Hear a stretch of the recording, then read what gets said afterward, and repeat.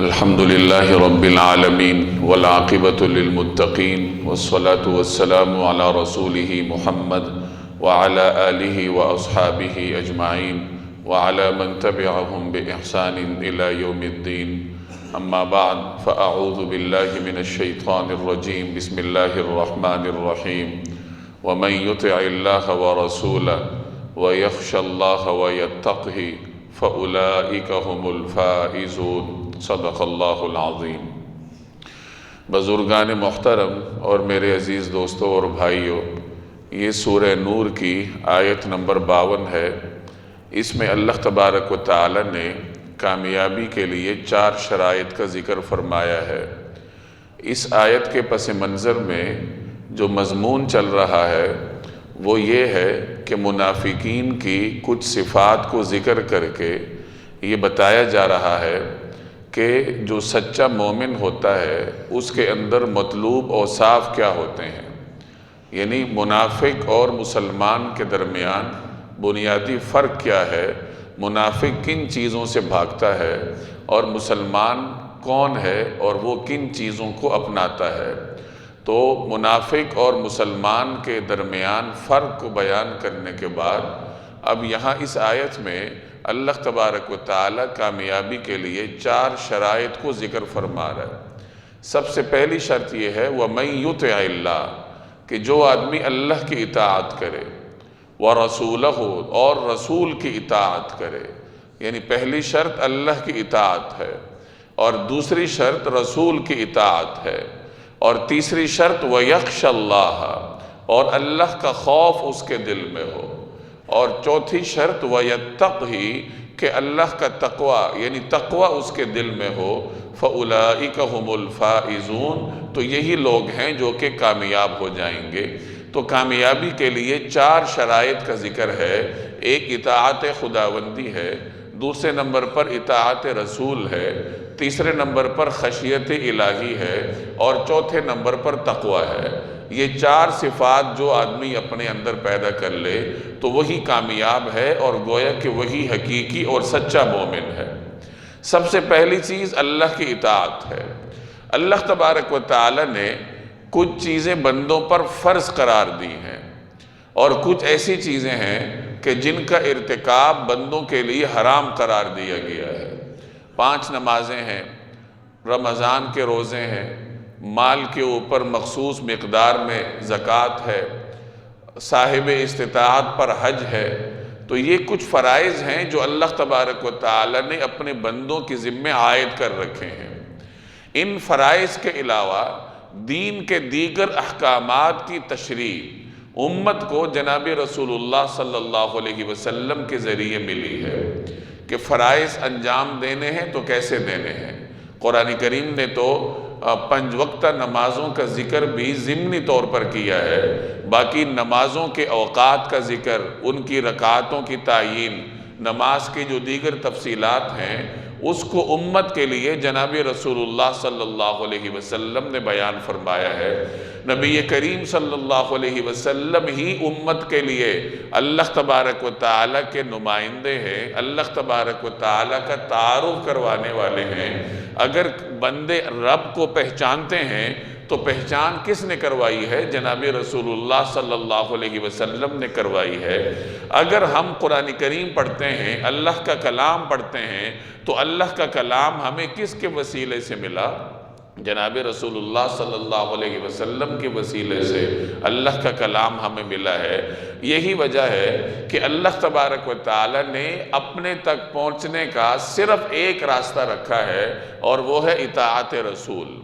اور اس کا ذکر قرآن کریم میں ہے کہ قل، آپ ان کو کہہ دیجئے، ان کنتم تحبون اللہ، اگر تم لوگ اللہ سے محبت کرتے ہو، اگر تم اللہ کی محبت کے دعوے دار ہو، تو اس محبت کے دعوے کا ثبوت کیا ہے، دلیل کیا ہوگی؟ فاتبعونی، تو میری اتباع کرو، یعنی پیغمبر کی اتباع کرو.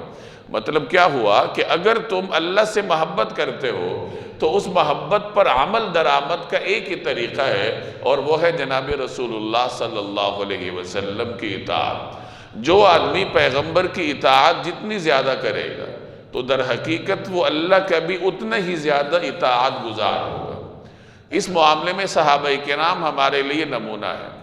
صحابہ کرام جناب رسول اللہ صلی اللہ علیہ وسلم کو دیکھتے تھے، آپ علیہ السلام کے اعمال کو دیکھتے تھے، اور پھر بلا تفریق کے ان اعمال کو انجام دیتے تھے۔ یہ فرق نہیں کرتے تھے کہ یہ فرض ہے یا یہ واجب ہے یا یہ سنت ہے یا یہ مستحب ہے یا اس عمل کا قانونی درجہ کیا ہے، اس کا قانونی پہلو کیا ہے، اس عمل کے نہ کرنے پر ہمارا مواخذہ ہوگا یا نہیں ہوگا۔ صحابہ کا عمومی طرز عمل یہ تھا کہ نبی کریم صلی اللہ علیہ وسلم نے کوئی عمل کیا، اب صحابی نے ہر حال میں اس کو کرنا ہے، وہ اس کی شرعی حیثیت چاہے کچھ بھی ہو۔ ایک مرتبہ حضرت ابن مسعود رضی اللہ تعالی عنہ سے کسی نے پوچھا کہ جو مقیم کی نماز ہے، یعنی جو ہم گھروں میں نماز پڑھتے ہیں حالت اقامت میں، تو جو مقیم کی نماز ہے اس کا ذکر بھی قرآن کریم میں ہے۔ جو خوف کی نماز ہوتی ہے، صلاۃ الخوف، ایک الگ تصور ہے، ابھی اس کا وقت نہیں ہے ورنہ میں وضاحت کرتا۔ تو سوال کرنے والے نے پوچھا کہ جو مقیم کی نماز ہے اور جو صلاۃ الخوف ہے، ان کا ذکر تو قرآن میں ہے، لیکن یہ جو مسافر کی نماز ہے اس کا ذکر تو قرآن میں ہمیں ملتا نہیں، تو پھر ہم کیوں پڑھتے ہیں؟ یعنی ہم سفر میں قصر کیوں کرتے ہیں؟ قرآن کریم میں تو ہمیں اس کا ذکر نہیں ملتا۔ تو حضرت ابن مسعود رضی اللہ تعالی عنہ نے اس سے فرمایا کہ دیکھو، نبی کریم صلی اللہ علیہ وسلم ہماری طرف مبعوث ہو کر آئے، انہوں نے ہمیں اللہ کے پیغام سنائے، ہم نے حضور صلی اللہ علیہ وسلم کو جو کرتے ہوئے دیکھا ہم نے وہی عمل اپنایا ہے۔ یعنی بڑے آسان اسلوب میں سمجھا دیا، سادہ انداز میں، کہ اعمال کی شرعی حیثیت کے پیچھے پڑنا یہ ایک عاشق کا طرز عمل نہیں ہوتا۔ عاشق کا طرز عمل تو یہ ہے کہ وہ کسی عمل کے قانونی پہلو کو نہیں دیکھتا کہ یہ عمل فرض ہے یا واجب ہے، یا یہ عمل اگر میں نہیں کروں گا تو میرے اوپر کتنا مواخذہ ہوگا۔ عاشق کے لیے بس اتنا کافی ہے کہ جس شخصیت کی محبت کا میں دم بھرتا ہوں اس شخصیت نے یہ عمل کیا تھا، اب میں نے وہ عمل کرنا ہے۔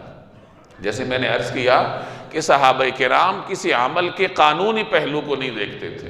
یہ جو قانونی حیثیتیں ہیں، جیسے ہمیں بتایا جاتا ہے کہ یہ فرض ہے، یہ سنت مؤکدہ ہے، یہ سنن زوائد میں سے ہے، یہ مستحب ہے، اس عمل کی فلاں شرعی حیثیت ہے، یہ تو بعد کی اصطلاحات ہیں۔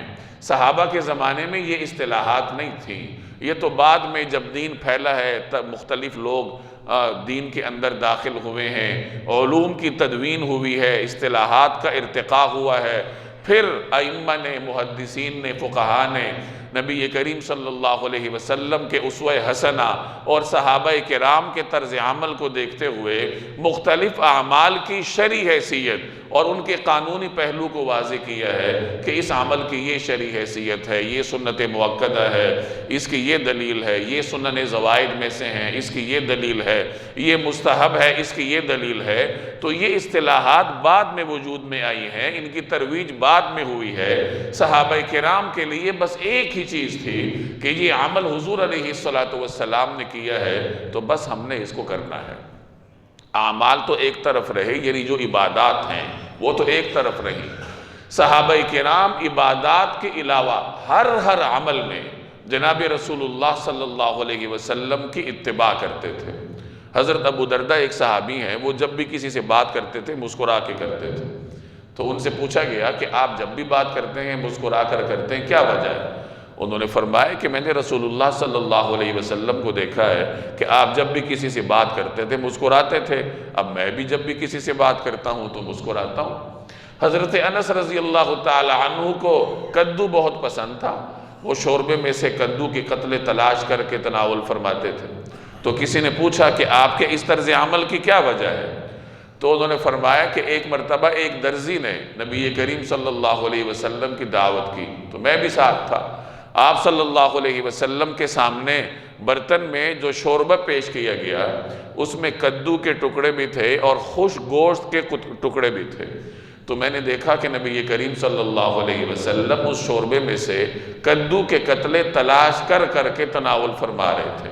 بس اس دن کے بعد سے مجھے بھی کدو مرغوب ہے، اور میں بھی کدو ذوق اور شوق سے کھاتا ہوں کہ جناب رسول اللہ صلی اللہ علیہ وسلم کو تناول فرماتے ہوئے دیکھا ہے۔ ایک مرتبہ حضرت عثمان رضی اللہ تعالی عنہ مسجد کے دروازے پر بیٹھے اور بکری کی دستی منگوائی، دستی کا گوشت منگوایا اور وہ تناول فرمایا، اور اس کے بعد بغیر تازہ وضو کیے مصلی پہ تشریف لے گئے، اور پھر اپنے اس عمل کی وجہ بیان فرمائی کہ میں نے ایک مرتبہ نبی کریم صلی اللہ علیہ وسلم کو اس طرح کرتے ہوئے دیکھا تھا کہ اس طرح دروازے پر آپ صلی اللہ علیہ وسلم نے دستی کا گوشت تناول فرمایا، تو میں نے بھی جناب رسول اللہ صلی اللہ علیہ وسلم کی اتباع میں یہ عمل کیا ہے۔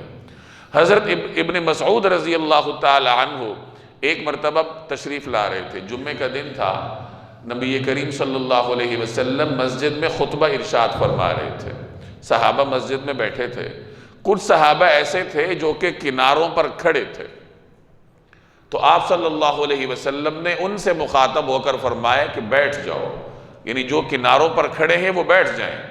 ابن مسعود باہر سے آ رہے تھے، ابھی وہ مسجد میں پہنچے نہیں تھے، باہر گلی میں سڑک پر تھے کہ ان کے کانوں میں حضور صلی اللہ علیہ وسلم کی آواز پڑی کہ بیٹھ جاؤ، تو وہ وہیں سڑک پر بیٹھ گئے۔ اب انہیں بھی معلوم تھا کہ نبی کریم صلی اللہ علیہ وسلم نے مجھے یہ حکم نہیں دیا کہ میں باہر راستے میں بیٹھ جاؤں، آپ صلی اللہ علیہ وسلم مسجد کے اندر موجود لوگوں سے مخاطب ہوں گے، لیکن انہوں نے یہ سمجھا کہ جب حضور علیہ السلام کا حکم کانوں میں پڑ گیا کہ بیٹھ جاؤ، اب ابن مسعود کی یہ مجال نہیں ہے کہ وہ کھڑا ہو یا وہ اس کے بارے میں سوچے کہ یہ حکم کس کو ہے اور کس کو نہیں ہے، بس پیغمبر کا حکم کانوں میں پڑ گیا، اب اس کے اوپر عمل کرنا ہے، چنانچہ وہ وہیں بیٹھ گئے۔ تو یہ صحابہ کرام رضوان اللہ تعالی علیہم اجمعین کا طریقہ کار تھا۔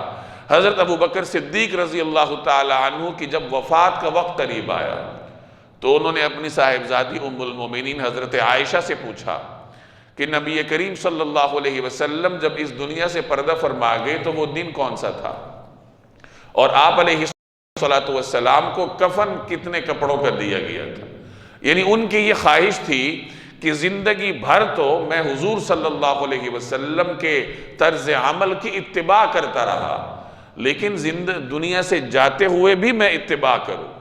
دنیا سے کوئی اپنی مرضی سے نہیں جاتا، نہ اپنی مرضی سے دن کا انتخاب کرتا ہے، لیکن ان کی یہ خواہش تھی کہ میرے لیے اسی دن کا انتخاب ہو جس دن نبی کریم صلی اللہ علیہ وسلم اس دنیا سے پردہ فرما گئے تھے، یعنی پیر کے دن کا۔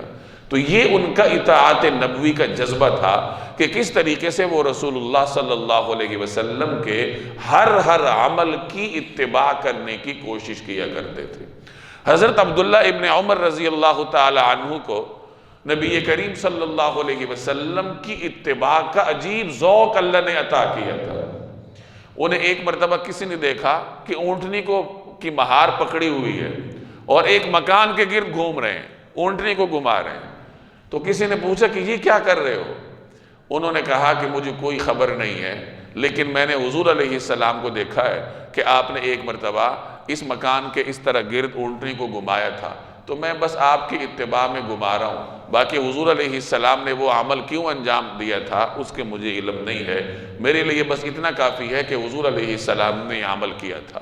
جب وہ کبھی مکہ تشریف لے جاتے حضرت ابن عمر حج کے لیے یا عمرے کے لیے، یا کوئی بھی اگر مدینہ سے مکہ کا سفر ہوتا تو راستے میں کہیں درخت کے نیچے قیام فرماتے بغیر کسی ضرورت کے، اور کہیں بشری تقاضے کے بغیر، یعنی قضائے حاجت کے تقاضے کے بغیر کہیں بیٹھ جاتے اور ایسی ہیئت بنا لیتے جیسے انسان اپنے بشری تقاضے کے تحت عمل انجام دیتا ہے۔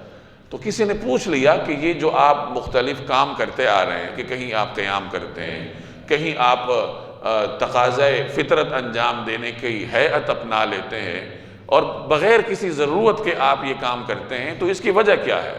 تو انہوں نے کہا کہ میں نے حضور صلی اللہ علیہ وسلم کے ساتھ یہاں سفر کیا تھا مدینہ سے مکہ کا، تو جہاں آپ نے قیام کیا تھا میں وہاں قیام کرتا ہوں چاہے مجھے ضرورت ہو یا نہ ہو، اور جہاں آپ نے جو عمل انجام دیا تھا تو میں اسی عمل کو انجام دینے کی کوشش کرتا ہوں۔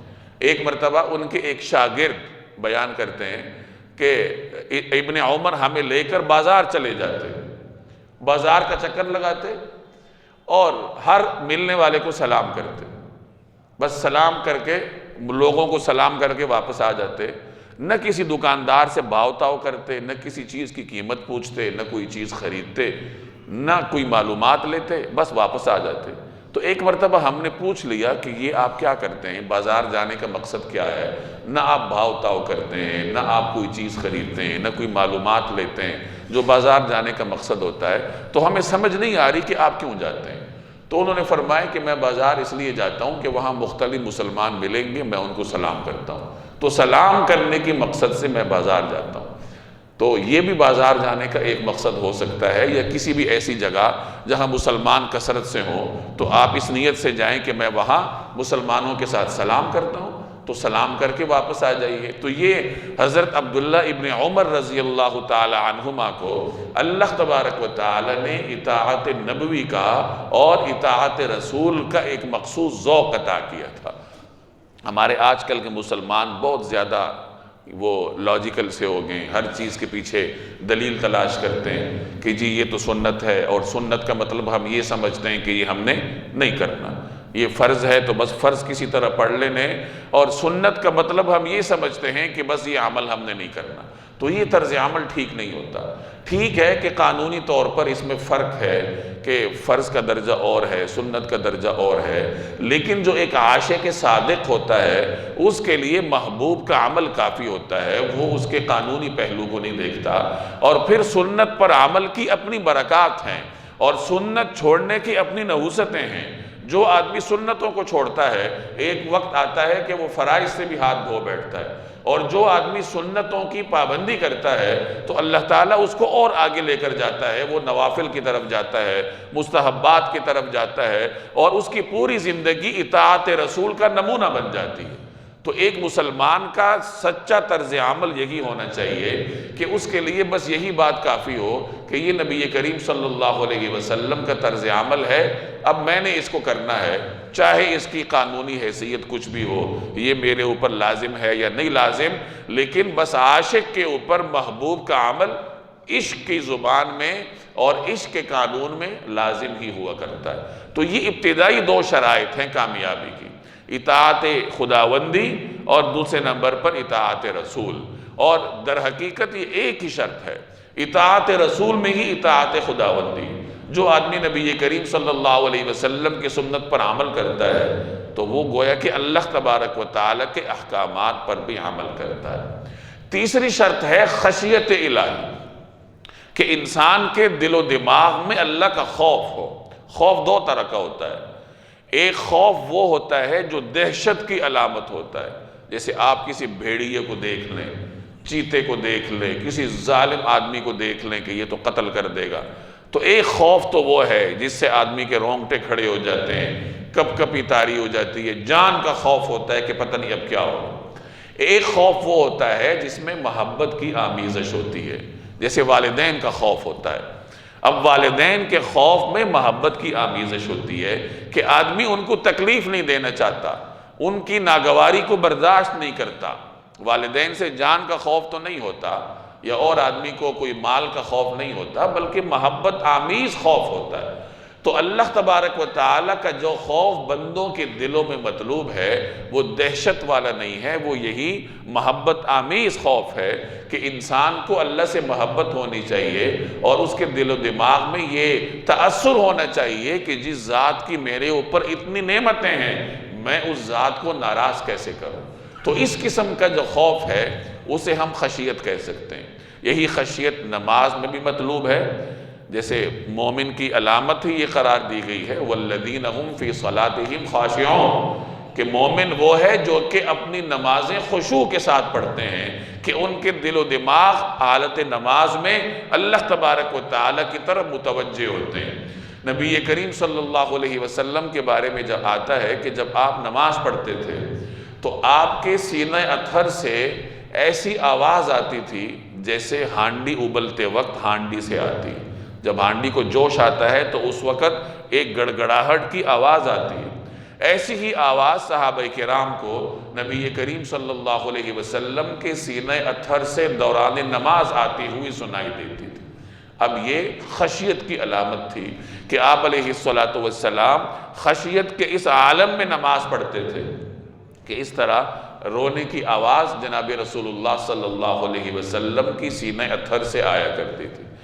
تو اس قسم کا خشیت مطلوب ہے، صرف نماز میں ہی نہیں بلکہ ہر وقت انسان کے دل و دماغ پر یہی خوف طاری ہو کہ کہیں میں کوئی ایسا عمل نہ کر لوں جس سے اللہ ناراض ہو جائے، نبی کریم صلی اللہ علیہ وسلم کی سنت کی کہیں خلاف ورزی نہ ہو جائے۔ حضرت ابوبکر ایک مرتبہ راستے میں جا رہے تھے، انہیں حضرت حنظلہ ملے، اور حضرت حنظلہ کی زبان پر ایک ہی لفظ تھا، نافق حنظلہ، نافق حنظلہ، کہ حنظلہ تو منافق ہو گیا، حنظلہ تو منافق ہو گیا۔ تو ان سے پوچھا گیا کہ یہ آپ کیا کہہ رہے ہیں؟ تو انہوں نے کہا، وہ اسی خوف کا شکار تھے، خشیت کا جس کا میں ذکر کر رہا ہوں۔ تو حضرت حنظلہ نے کہا کہ ہم جب رسول اللہ صلی اللہ علیہ وسلم کی مجلس میں ہوتے ہیں اور آپ کا وعظ سنتے ہیں، ہمارے دلوں کی کیفیت کچھ اور ہوتی ہے، ایمانی حلاوت کی کیفیت کچھ اور ہوتی ہے، اور جس وقت ہم گھر میں آتے ہیں، بیوی بچوں کے ساتھ مصروف ہو جاتے ہیں، گھر کے کاموں میں مصروف ہو جاتے ہیں، تو جو ہماری کیفیت ہے وہ بدل جاتی ہے۔ تو کیفیت کے اس بدلاؤ کو حضرت حنظلہ نفاق کی علامت قرار دے رہے تھے کہ یہ تو کہیں میں منافق نہ ہو گیا ہوں، یعنی ان کے خوف کا یہ عالم تھا۔ تو حضرت ابوبکر نے فرمایا کہ یہ صورتحال تو ہم سب کی ہے، تو آؤ پوچھتے ہیں نبی کریم صلی اللہ علیہ وسلم سے۔ تو وہ چلے گئے رسول اللہ صلی اللہ علیہ وسلم کے پاس۔ تو پھر آپ نے انہیں سمجھایا کہ دیکھو وقت کی بات ہوتی ہے کہ جب تم میرے پاس ہوتے ہو تو تمہاری کیفیت اور ہوتی ہے، جب تم باہر جاتے ہو تو تم نے دنیاوی کام کرنے ہوتے ہیں، ان کا اثر تمہارے دلوں پر ہوتا ہے، تو پھر کیفیت بدل ہی جاتی ہے، یعنی وقت کی بات ہوتی ہے۔ اس وقت کی کیفیت کچھ اور ہے اور اس وقت کی کیفیت کچھ اور ہوتی ہے۔ تو بہرحال یہ صحابہ کرام کے اندر ایک خشیت ہوتی تھی کہ ہر وقت ان کو یہ فکر دامنگیر ہوتی تھی کہیں ہم نے کوئی ایسا کام تو نہیں کر لیا جس کی وجہ سے اللہ ہم سے ناراض ہو جائے، یا سنت کی خلاف ورزی کا ارتکاب تو ہم سے نہیں ہو گیا۔ چوتھی شرط اس آیت میں تقوی کی بتائی گئی۔ تقوی احتیاط کو کہتے ہیں کہ آدمی ساری زندگی اس احتیاط میں بسر کرے کہ کہیں مجھ سے کوئی غلطی نہ ہو جائے۔ تقوی کی سب سے بہترین تفسیر وہ ہے جو کہ حضرت عمر اور حضرت ابی بن کعب کے درمیان مکالمے سے ہمیں معلوم ہوتی۔ حضرت عمر نے ایک مرتبہ ابی بن کعب سے پوچھا کہ تقوی کیا ہوتا ہے؟ تو انہوں نے حضرت عمر کے سامنے تقوی کی وضاحت کرنے کے لیے جوابی سوال کیا اور کہا کہ امیر المومنین آپ یہ بتائیے کہ کیا کبھی آپ ایسے راستے سے گزرے ہیں کہ راستہ تنگ ہو، پگڈنڈی نما ہو اور دائیں بائیں دونوں طرف کانٹے دار جھاڑیاں ہوں؟ تو کبھی ایسے راستے سے گزر ہوا ہے؟ تو حضرت عمر نے فرمایا کہ ہاں گزر ہوا ہے۔ تو حضرت ابی نے پوچھا کہ آپ وہاں سے کیسے گزرے؟ تو حضرت عمر نے فرمایا کہ اپنے جسم کو سمیٹ کر، کپڑوں کو لپیٹ کر بڑی احتیاط سے میں وہاں سے گزرا۔ ایسے ہی وہاں سے گزرا جاتا ہے تاکہ کوئی کانٹا کپڑوں میں نہ الجھ جائے، کہیں جسم کو نقصان نہ پہنچ جائے۔ تو ابی بن کعب نے فرمایا کہ اسی طریقے سے ایک مومن کے راستے میں دونوں طرف شیطان نے پھندے لگا رکھے ہیں۔ اب مومن احتیاط کے ساتھ اپنی زندگی کا سفر گزار لے، شیطان کے پھندوں سے بچتے ہوئے، نفسانی خواہشات کے کانٹوں سے بچتے ہوئے، تو یہی تقوی ہے۔ یعنی ساری زندگی اس احتیاط کے ساتھ گزرے۔ انسان پیدا ہوتا ہے تو 50 سال کی زندگی، 40 سال کی زندگی، 60 سال کی زندگی لے کر آتا ہے، یعنی یہاں وہ پیدا ہوا ہے اور وہاں اس کا وقت ختم ہو رہا ہے، وہ گویا قبر ہے، اور یہ جو درمیانی راستہ ہے یہ اس کی زندگی ہے۔ اس زندگی میں انسان سفر بسر کرتا ہے، جیسے ہی سال گزرتا ہے تو اس کی ایک منزل پوری ہو جاتی ہے، پھر اگلی منزل قبر کے قریب جاتا ہے۔ اب یہ جو مسافت ہے تو اس کو یہ سمجھا جائے کہ یہ بہت تنگ پگڈنڈی ہے جیسے جنگل میں ہوتی ہے، اور پگڈنڈی بھی محفوظ نہیں ہے، اس کے دونوں جانب شیطان اور نفس نے پھندے گاڑ رکھے ہیں، کانٹے دار جھاڑیاں ہیں۔ اب انسان نے بہت احتیاط سے یہ سفر بسر کر کے قبر تک پہنچنا ہے۔ یہی تقوی ہے کہ زندگی کا کوئی لمحہ غفلت میں نہ گزرے۔ جیسے ایک ہوائی جہاز کا پائلٹ ہے، وہ دوران سفر سو نہیں سکتا، غنودگی میں نہیں جا سکتا، ایک لمحے کی غفلت میں مبتلا نہیں ہو سکتا۔ اسی طریقے سے مومن بھی اپنی زندگی میں ہمیشہ پائلٹ کی طرح اس سے بھی زیادہ بیدار رہنے کی ضرورت محسوس کرتا ہے کہ اگر میں ایک لمحے کے لیے بھی غفلت کا شکار ہو گیا تو پتہ نہیں یہ جو تقوی کی گاڑی ہے یہ خدا جانے کہاں شیطان کے پھندے میں الجھ جائے اور کام خراب ہو جائے۔ تو اس آیت میں یہ 4 شرطیں بتائی گئی کامیابی کی، کہ کامیاب ہونا چاہتے ہو تو اللہ کی اطاعت کرو، رسول کی اطاعت کرو، اپنے اندر خشیت پیدا کرو، اپنے اندر تقوی پیدا کرو۔ ایک روایت میں آتا ہے، اسی آیت کے ذیل میں مفسرین نقل کرتے ہیں کہ حضرت عمر رضی اللہ تعالی عنہ کے قریب ایک عیسائی کھڑا تھا اور وہ کلمہ شہادت پڑھ رہا تھا کہ اشہد ان لا الہ الا اللہ وحدہ لا شریک لہ واشہد ان محمدا عبدہ ورسولہ۔ تو حضرت عمر نے اس سے پوچھا کہ تم کیوں مسلمان ہوئے، تمہارے اسلام لانے کی وجہ کیا ہے؟ تو اس نے کہا کہ بات یہ ہے کہ میں تورات، انجیل اور گزشتہ صحائف کا عالم ہوں، میں نے وہ ساری کتابیں پڑھی ہوئی ہیں، مجھے ازبر ہے۔ میں نے ایک مسلمان کی زبان سے یہ آیت سنی وَمَن يُطِعِ اللَّهَ وَرَسُولَهُ وَيَخْشَ اللَّهَ وَيَتَّقْهِ فَأُولَٰئِكَ هُمُ الْفَائِزُونَ۔ تو اس آیت میں اتنی جامعیت ہے کہ گزشتہ تمام کتابوں کے مضامین کو اس ایک آیت میں، ایک جملے میں بیان کیا گیا ہے۔ تو اس سے میں متاثر ہوا کہ یہ کلام واقعتاً اللہ کی طرف سے ہے کہ جس نے اتنے اختصار کے ساتھ گزشتہ تمام کتابوں کے مضامین کو سمیٹ کر بیان کر دیا ہے۔ تو اس آیت نے مجھے مسلمان کرنے پر مجبور کر دیا۔ اس آیت میں سارا دین آ جاتا ہے۔ وَمَن يُطِعِ اللَّهَ، اللہ کی اطاعت، اس میں فرائض آ گئے، وَرَسُولَهُ، رسول کی اطاعت، اس میں سنتیں آ گئیں، وَيَخْشَ اللَّهَ، اللہ کا خوف، اس میں توبہ آ گئی کہ گزشتہ زندگی پر انسان خوف میں مبتلا ہو، اللہ تبارک و تعالی سے معافی مانگے، اور آگے وَيَتَّقْهِ، اس میں اگلی زندگی کے بارے میں احتیاط آ گئی، یعنی فرائض پر بھی عمل ہے، سنتوں پر بھی عمل ہے، گناہوں پر ندامت ہے، اور آئندہ کے لیے احتیاط ہے۔ تو جو آدمی ان پر عمل کر لے تو اس سے بڑھ کر کامیاب کون ہو سکتا ہے؟ تو اس طریقے سے جامعیت اور اختصار کے ساتھ اللہ تبارک و تعالی نے اس آیت میں ہمارے سامنے کامیابی کا ایک نسخہ پیش کر دیا۔ اللہ تبارک و تعالی عمل کرنے کی توفیق عطا فرمائے۔ وما علینا الا البلاغ۔